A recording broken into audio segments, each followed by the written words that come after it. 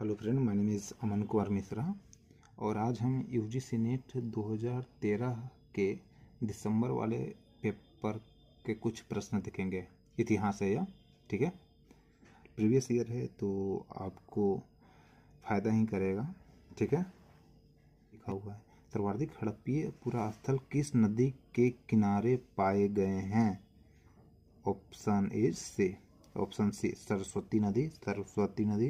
सरस्वती नदी जिसको हाकरा नदी के नाम से भी जाना जाता है। सर्वाधिक हड़प्पाई पुरास्थल किस नदी के किनारे पाए गए हैं? तो सरस्वती नदी। इसका व्याख्या है आपके सामने है।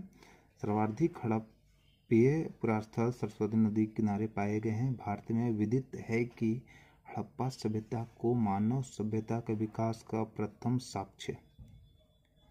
साक्ष्य माना गया है। इस सभ्यता के लोगों का जीवन अधिकांशतः नगरीय था, जो आज हम जिस शहर में रहते हैं उस प्रकार के था। वर्तमान में आधुनिक नगरों के विकास का आधार हड़प्पा सभ्यता को कहा जाता है। ये जो सरस्वती नदी है, इसका पहला प्रमाण हमें ऋग्वेद में मिलता है। ये भी आप ध्यान में रखना, ठीक है। और दूसरा प्रश्न है आपके सामने 69 नंबर।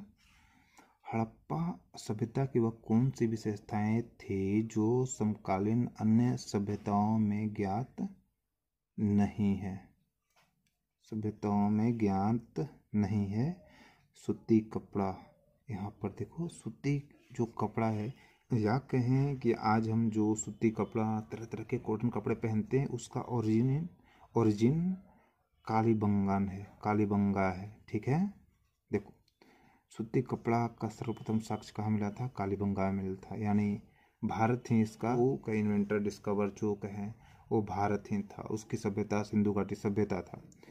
फिर से प्रश्न को रिपीट कर लेते हैं। हड़प्पा सभ्यता की वह कौन सी विशेषताएं थी जो समकालीन अन्य सभ्यताओं में ज्ञात नहीं है? विशालकाय भवन, ये आपको मेसोपोटामिया के में मिल जाएगा। हकीम के मन के भी मिल जाएगा। घिया पत्थर की मुद्राएं, ये भी आपको सुमेरियन सभ्यता मेसोपोटामिया में मिल जाएगी। लेकिन ये सूती कपड़ा यहाँ नहीं मिलेगा, ये आप ध्यान में रखना। तो इसका ऑप्शन हो जाएगा ए, ठीक है। इसकी व्याख्या तो आप भी देख लीजिए।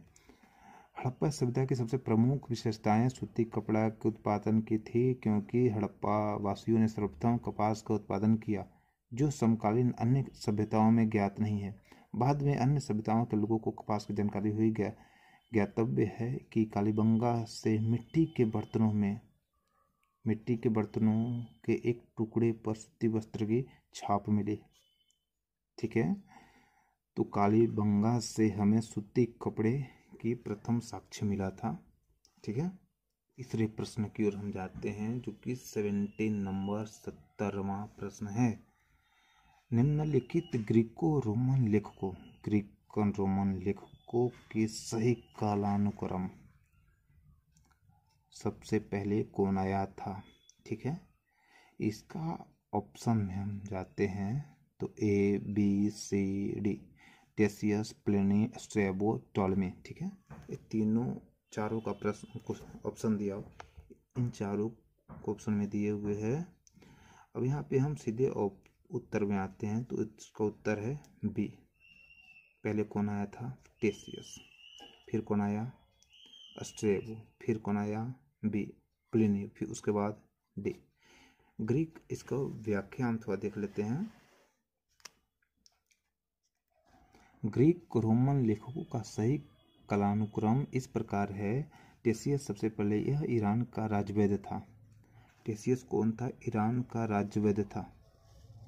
इसने भारत के विषय में समस्त जानकारी ईरानी अधिकारियों द्वारा प्रदत्त की थी। इसने जो भी लिखा वो ईरानी अधिकारियों द्वारा दी हुई सूचना के आधार पर लिखा था, ठीक है। स्ट्रैबो के लेखों से मौर्यकालीन भारतीय इतिहास की, प्लिनी की पुस्तक नेचुरल हिस्टोरिका से भारतीय पशु पक्षियों, पेड़ पौधों, खनिज, आयुर्वेद आदि, इसमें आयुर्वेद भी था लेकिन यहाँ नहीं लिखा हुआ है, खनिज आदि की जानकारी मिलती है। जबकि टॉलमी के लेखों से भारतीय वाणिज्य, व्यापार के बारे में जानकारी मिलती है। ये 3 प्रश्न काफ़ी महत्वपूर्ण है, जो 2013 के प्रश्न है दिसंबर का। फिर से इस प्रश्न को हम एक बार देख लेते हैं। सर्वाधिक हड़प्पीय पुरास्थल किस नदी के किनारे पाए गए हैं? सरस्वती। ठीक है, इसमें देख लीजिए अब, हड़प्पा सभ्यता की वह कौन सी विशेषताएं थी जो समकालीन अन्य सभ्यताओं में ज्ञात नहीं है? तो सूती कपड़ा कहीं नहीं पाया गया है सिवाय हमारी सिंधु घाटी सभ्यता के। ठीक है, निम्नांकित ग्रीको रोमन लेखकों का सही कालानुक्रम क्या है? तो ये भी हमने देख लिया। सबसे पहले कौन आया था? टेसियस। उसके बाद कौन आया? स्ट्रेबो। उसके बाद कौन आया? प्लिनी। लास्ट में आया था टोलेमी। ठीक है, इनकी पुस्तक स्ट्रेबो के लेखों से मौर्यकालीन भारतीय इतिहास के प्लिनी की पुस्तक नेचुरल हिस्टोरिका। नेचुरल हिस्टोरिका किसने लिखी है? प्लिनी ने। नेचुरल हिस्टोरिका किसने लिखी है? प्लिनी ने। नेचुरल हिस्टोरिका किसने लिखी है? प्लिनी ने। याद रखना। ठीक है, और भी बहुत सारे प्रश्न हम आपको लाते रहेंगे। थोड़ा सा आपके सहयोग और समर्थन की ज़रूरत है। ठीक है, धन्यवाद।